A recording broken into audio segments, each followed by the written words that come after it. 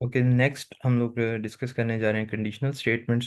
तो conditional statements में भी इसमें तीन तरह की कंडीशंस हो सकती हैं। या तो सिंपल इफ़ कंडीशन होगी, जिसमें आपने किसी एक स्पेसिफिक जगह पे एक ही चेक अप्लाई करना है, तो आप इफ़ कंडीशन को सॉरी इफ़ की कंडीशन वहाँ पे अप्लाई करेंगे, और उसके अंदर जो भी आपने ट्रू कंडीशन लिखनी होगी, या ट्रू होने की सूरत में जो भी कोड आपने इम्प्लीमेंट करना है उसको इम्प्लीमेंट करेंगे। उसके बाद आपका जो इफ़ वाला कोड है वो ख़त्म हो जाएगा। अगर आपके पास बाइनरी डिसीजन हो, तो उसके लिए हम लोग जिस तरह सी सी प्लस प्लस या प्रोग्रामिंग फंडामेंटल्स में जिस तरह आपने पढ़ा था इफ एल्स की कंडीशन, इफ एल्स की स्टेटमेंट हम लोग उसको इस्तेमाल करेंगे। तो इफ़ की सूरत में जो भी आप कंडीशन इंप्लीमेंट करते हैं और वो आपकी एग्जीक्यूट हो जाएगी। अगर इफ़ की कंडीशन फॉल्स होती है किसी वजह से, तो बाय डिफ़ॉल्ट जो हम लोगों ने एल्स की स्टेटमेंट लिखी होगी वो एज इट इज़ इम्प्लीमेंट हो जाएगी। अगर आपके पास एक से ज़्यादा कंडीशंस हैं जिसको आपने चेक करना है, तो उसके लिए फिर आप इफ़ एल्स इफ़ की स्टेटमेंट्स इस्तेमाल करेंगे।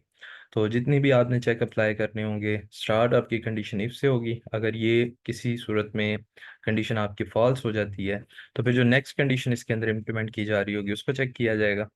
और अगर ये भी फॉल्स हो जाती है, तो वन बाय वन जितनी भी कंडीशंस आपने एल्स इफ की सूरत में इंप्लीमेंट की होंगी वो सारी की सारी चेक होंगी। अब इसमें और सिंपल इफ कंडीशंस में फ़र्क क्या है कि इनमें से कोई एक कंडीशन आपकी ट्रू हो सकती है। अगर इसमें से अगर लेट्स सपोज इसने score is greater than equal to 70 को इम्प्लीमेंट एग्जीक्यूट कर दिया है, तो फिर इसमें से कोई और दूसरी स्टेटमेंट एग्जीक्यूट नहीं होगी।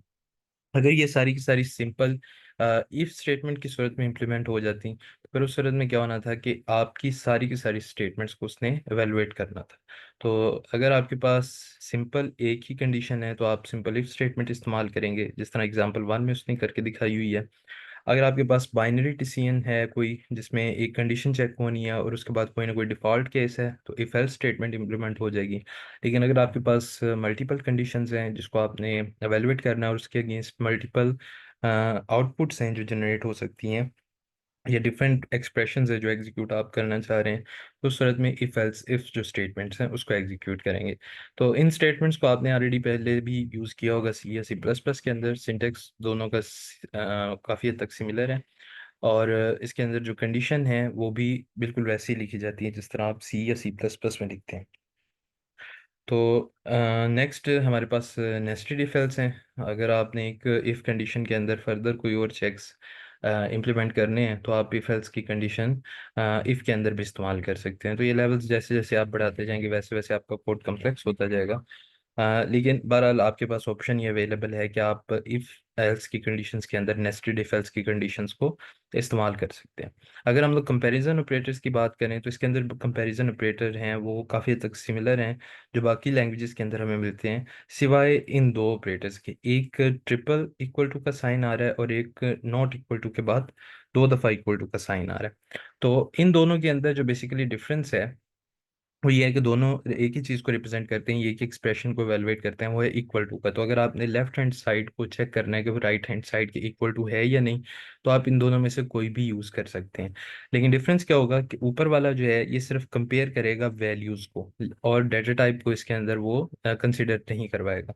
लेकिन अगर हम लोग नीचे वाले की बात करें, तो ये वैल्यूज़ को भी कंपेयर करवाएगा और उसके साथ साथ उसकी डाटा टाइप को भी चेक करेगा। तो अगर लेट्स सपोज मैं कहता हूँ कि जी स्ट्रिंग के अंदर 5 है, जिसको मैंने चेक करना है कि क्या ये इक्वल टू है या नहीं इंटीजर 5 के, तो इसकी सूरत में आंसर हमें मिलेगा यस, क्योंकि स्ट्रिंग के अंदर भी अगर 5 लिखा हुआ है और आप इंटीजर के अंदर भी 5 स्टोर है, तो ये दोनों इक्वल टू हैं, ऑल दो उनकी दोनों की डेटा टाइप सेम नहीं है।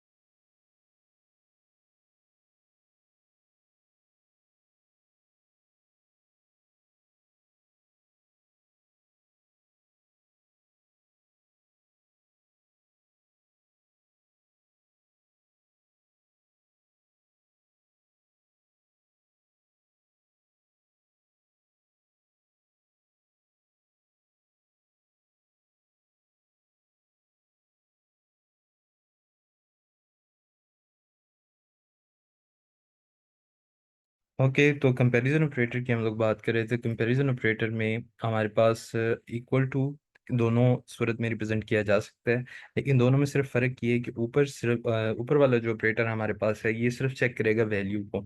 तो अगर स्ट्रिंग में 5 स्टोर है और आपके पास इंटीजर में भी 5 स्टोर है तो इस ऑपरेटर के मुताबिक उसका आंसर ट्रू है, लेकिन नीचे वाले ऑपरेटर के अगेंस्ट उसका आंसर आपको हमेशा फॉल्स मिलेगा, क्योंकि एक की जो डाटा टाइप है वो स्ट्रिंग है जबकि दूसरे की डाटा टाइप आपके पास नंबर होगी। तो जब भी आपने डाटा टाइप और वैल्यू दोनों को कंपेयर करवाना होगा तो आप स्ट्रिक्ट इक्वल टू का साइन यूज़ करेंगे, अदरवाइज आप सिंपली इक्वल टू का साइन भी इस्तेमाल कर सकते हैं। सेम यही केस हमारे पास नॉट इक्वल टू के अंदर इंप्लीमेंट होता है कि ऊपर वाले साइन को अगर आप यूज़ करते हैं जो कि आप C S C plus plus में इस्तेमाल करते हैं, तो ये अगेन कंपेयर करेगा सिर्फ वैल्यूज़ को, उनकी टाइप को चेक नहीं करेगा। लेकिन अगर आप स्ट्रिक्ट नॉट इक्वल टू के का जो ऑपरेटर है उसको इस्तेमाल करते हैं तो उसके अंदर फिर उसकी डाटा टाइप भी चेक होगी और उसकी वैल्यू भी चेक होगी। तो बाकी जितने भी ऑपरेटर हैं, greater than, less than equal to, greater than equal to, वो सिमिलर हैं। सिर्फ ये दो ऑपरेटर्स ऐसे हैं जो जावास्क्रिप्ट के अंदर डिफरेंट हैं आपके सी या सी प्लस प्लस की लैंग्वेज के। तो ये इस डिफरेंस को क्लियरली उसने एक्सप्लेन भी किया हुआ है। आप इसको एक दफ़ा रीड आउट करेंगे आपको मज़ीद क्लैरिटी हो जाएगी। अच्छा, लॉजिकल ऑपरेटर की अगर हम लोग बात करें कि एक ही कंडीशन के अंदर हम लोगों ने मल्टीपल जो एक्सप्रेशन है उसको एवेलुएट करवाना हो, तो इसके लिए एंड का लॉजिकल ऑपरेटर लग सकता है, और का और नॉट का लॉजिकल ऑपरेटर लग सकता है। तो एंड के लिए जो साइन हम लोग यूज़ करते हैं, सिंबल इस्तेमाल होती है जावास्क्रिप्ट के अंदर, वो 2 दफ़ा एम्परसेंड का साइन है। और के लिए 2 दफ़ा जो है हम लोग कीबोर्ड के ऊपर जो बार का सिंबल है उसको इस्तेमाल करते हैं, हॉरिजॉन्टल सॉरी वर्टिकल बार का। और नोट के लिए हम लोग मार्क ऑफ एक्सक्लेमेशन जो है उसको इस्तेमाल करेंगे। तो ये 3 लॉजिकल ऑपरेटर आपके पास अवेलेबल हैं जिसके थ्रू आप जो कम्प्लेक्स कंडीशन हैं उनके एक्सप्रेशन जनरेट करवा सकते हैं। अभी जो एक्टिविटी है आपके पास उसके अंदर एक तो आपने ये करना है कि अपने जो फ्रेंडशिप कैलकुलेटर है जो इससे पहले आपने डिज़ाइन किया है, उस फ्रेंडशिप कैलकुलेटर को आपने मॉडिफाई करना है कि अगर तो उसका जो स्कोर है वो 80 से 100 के दरमियान आ रहा है तो आपको आउटपुट मिले मार्वलस फ्रेंडशिप की। अगर स्कोर 60 से 79 के दरमियान आ रहा है तो वेरी गुड फ्रेंडशिप। अगर स्कोर जो है 40 से 89 के दरमियान आ रहा है तो नॉट बैड। और अगर स्कोर लेस देन 40 है तो उसको कहें टू बैड। ठीक है, तो ये आउटपुट आपकी चेंज होगी। पहले वो परसेंटेज दिखा रहा था, अब आपके पास जो भी रैंडम नंबर जनरेट हो रहा है उसके अगेंस्ट ये जो आउटपुट्स हैं वो दिखा दे कि आपके जो फ्रेंडशिप का स्टेटस है वो ये वाला है। तो ये सारे का सारा डिपेंड करेगा आपकी परसेंटेज के ऊपर, और परसेंटेज हम लोग किस तरह कैलकुलेट करें, एक टोटल रैंडम नंबर से। एक एक्टिविटी आपने ये करनी है। दूसरा, आपने एक फंक्शन बिल्ड किया होगा फर्स्ट सेकंड सेमेस्टर के अंदर जिसमें आपने लीप ईयर के लिए जो प्रोग्राम है वो जनरेट किया होगा।